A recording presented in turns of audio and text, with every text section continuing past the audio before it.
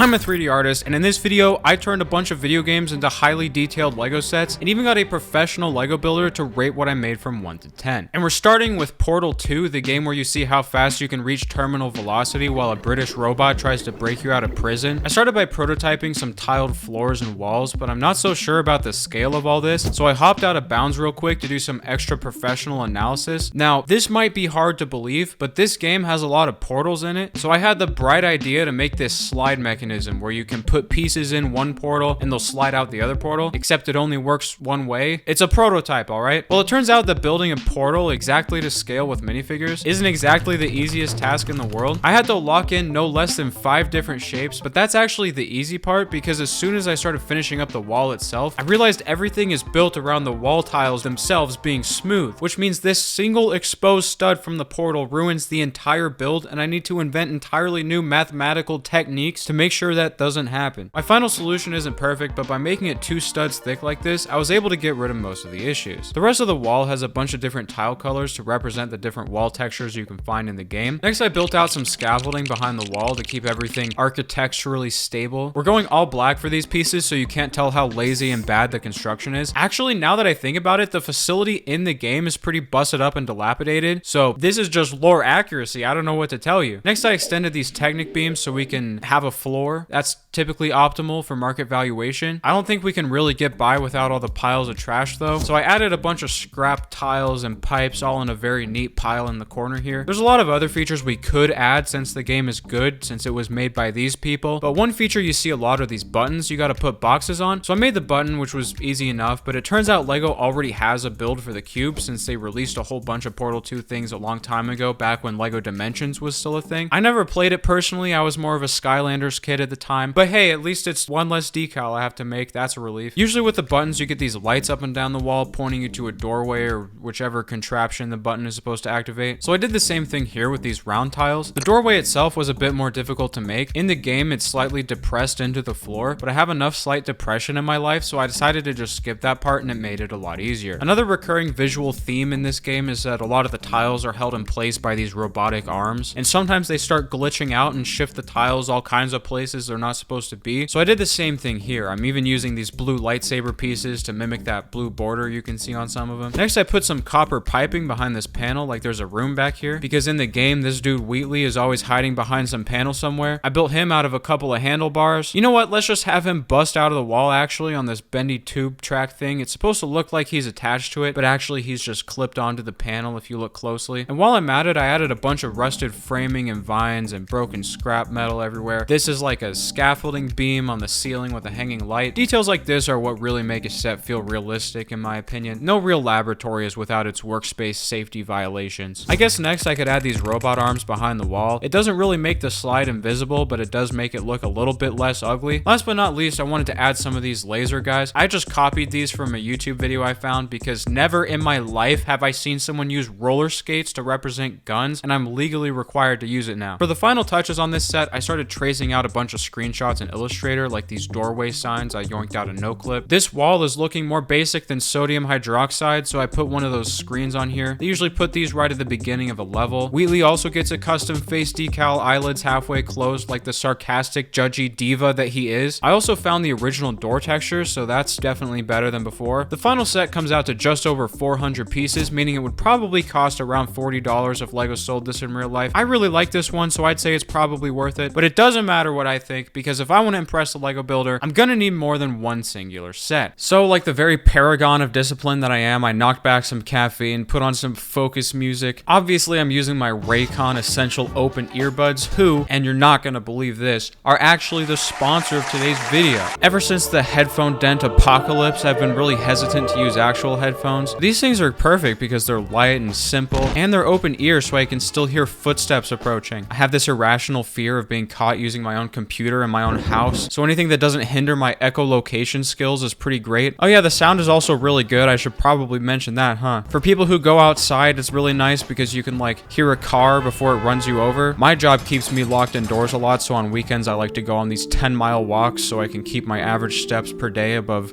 100. But since their battery life is like an entire working shift, it still doesn't run out. So if you're in the market for some new earbuds, join over 3 million Raycon customers today by going to buyraycon.com patreon.com/DanielKrafft to get your open earbuds for an entire 20% discount with a 30-day happiness guarantee. Perfect way to refresh your routine this spring. Thanks Raycon for sponsoring. Let's get back to the video. For my next set, I wanted to remake Silksong, which is a moderately challenging game where you fight a bunch of bugs and plants and chairs sometimes. So I started making a big field of flowers for my diorama on this one. I really like the visuals on the second lace boss fight, and it's simple enough that I don't have to lose too much sleep over it. Unfortunately, the flowers here are looking more patterned than a Pokemon water texture, so I tried mixing this approach with randomly rotated plant stems, and that ended up looking a lot better. Sure, a lot of the flowers are touching in ways that are not physically possible, but in real life, the stems are really flexible, so they can settle in pretty easily. One downside to this method is that there are already more pieces in this tiny flower bed than there were in the entirety of the Portal 2 set I made earlier, and I'm not sure how much fun this would be to build, but man does it look nice. Next, I started building the actual platform that they fight on. It's got this smooth border and the flowers are falling off the edges in parts. It's pretty basic, but there's not really a lot here. Well, I guess there is the elevator in the background if you want to be technical about it. It's a pretty complex shape and game, but lobotomically speaking, I should be able to just draw stickers for all of this. So I built this transparent frame, and I'll probably just finish it up later. I can't help but feel like I'm forgetting something.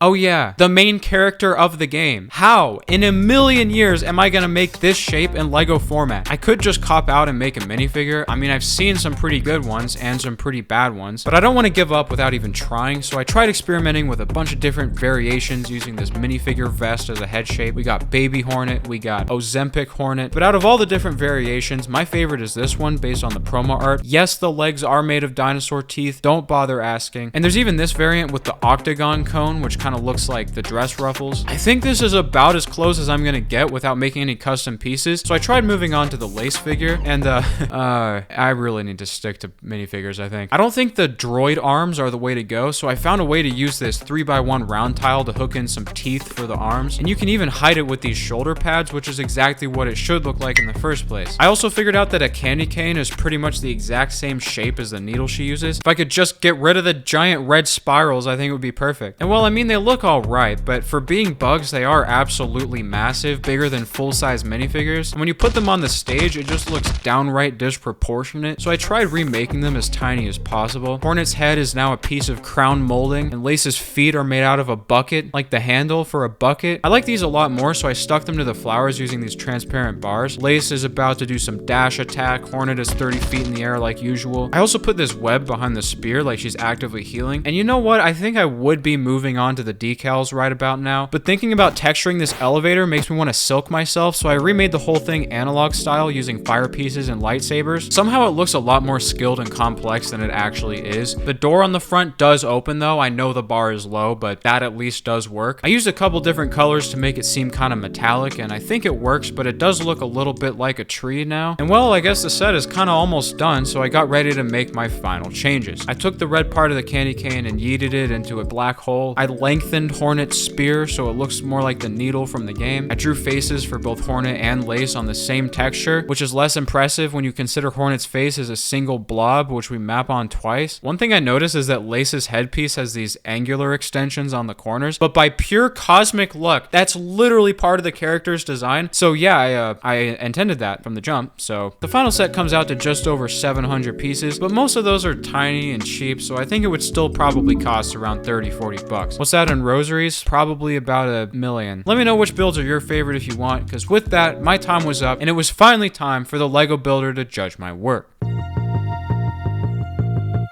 I think it's sick, and it just translates so well to Lego. I think it's super cool how you added the slide. So if this was an actual set, there would be a play feature, which is a good bonus. I also like how half finished the outside of the build looks, because that really does just look like the Portal game itself. All the details of the back with the vines, it does look super cool. I do think it does kind of feel like everything super detailed is kind of crammed in the back corner, so it doesn't feel as spread out, but that's kind of just the nature of all the details you wanted to add though. But yeah, overall this is super cool looking, and I can totally see like a diorama set Lego would make like this. So I'd give it a 9.5 out of 10. Yeah, honestly, even though I don't really know anything about the game, I'm so drawn to like the little characters. They're so cool. I love the like molding piece for Hornet's head. It just works so well. The elevator thing in the back looks really complicated and cool, like different colors of brown to make the wood, and the flowers on the ground it looks organic enough that it seems random, and I like how they're hanging over the edge. So overall, yeah, I mean, if there's anything I can nitpick, I think the boss's head, I see the vision, but I think there could be improvements, but I also don't know how because it's so small. But other than that, it's honestly great. I would give it a 8.5 out of 10. With that, I successfully impressed the Lego designer, but this isn't over until it's 10s every single time. See ya.